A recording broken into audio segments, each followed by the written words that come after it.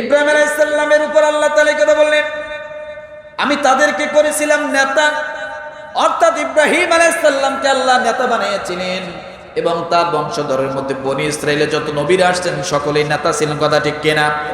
অর্থাৎ দুনিয়ার জমিনে যত নবী দুনিয়াতে আসছেন আমার আল্লাহ তাআলা সকল নবীদেরকে আমার আল্লাহ নেতা উপাধি দিয়েছিলেন।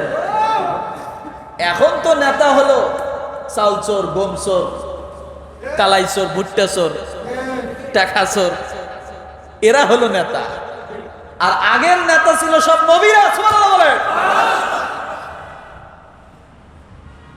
যত 14 নাম্বার লোক এরা হলো নেতা। আর আগে আল্লাহ তাআলা নেতা কাদেরকে বানাইছেন দেখেন, নবীদেরকে আল্লাহ নেতা বানাইছেন। ওয়াজআলনাহুম আইম্মাতান ইয়াহদুন। সূরা আম্বিয়া আয়াত নম্বর কত? 73। সমস্ত নবীরা ছিলেন নেতা।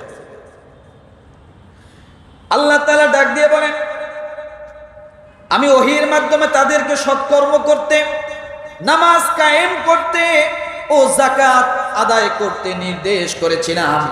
তারা আমারই ইবাদত গুজার ছিল। নামাজ কায়েম করতে, যাকাত আদায় করতে কি করেছিলেন? আল্লাহ তাআলা নির্দেশ করেছিলেন। আল্লাহ নির্দেশ যেখানে, সেটা কি সাধারণ নফল? কথা বলে মুস্তাহাব, সুন্নাত, নো, ফরজ হয়ে যাবে। তাহলে বোঝা গেল যাকাত এবং নামাজ আগেও ফরজ ছিল। আজ থেকে 5000 বছর আগেও ফরজ ছিল। আদম আলাইহিস সালামের সময় ছিল। আদম আলাইহিস সালামের সময় ফজরের নামাজ আসছে। সুবহানাল্লাহ বলেন। ফজরের নামাজ কোথা থেকে পাইলে? আদম আলাইহিস সালাম পড়েছিলেন ফজরের নামাজ। আজকে ওদিকে যাব না। তিনিই ফজরের নামাজ শুরু করেছিলেন। তওবা কবুল হওয়ার সঙ্গে সঙ্গে ফজরের নামাজে লুটিয়ে পড়েছে। আমার ভাইরা, ইসমাঈল আলাইহিস সালামের সময় যাকাত ছিল। কার সময়? রব্বুল আলামিন ডাক দিয়ে বলেন, ওয়া কানা ইয়া'মুরু আহলাহু বিস-সালাতি ওয়াজ-যাকাতি ওয়া কানা 'ইনদা রাব্বিহি মারদিয়া। বাবা পেলাম, এবার ছেলে। কথা ঠিক কিনা?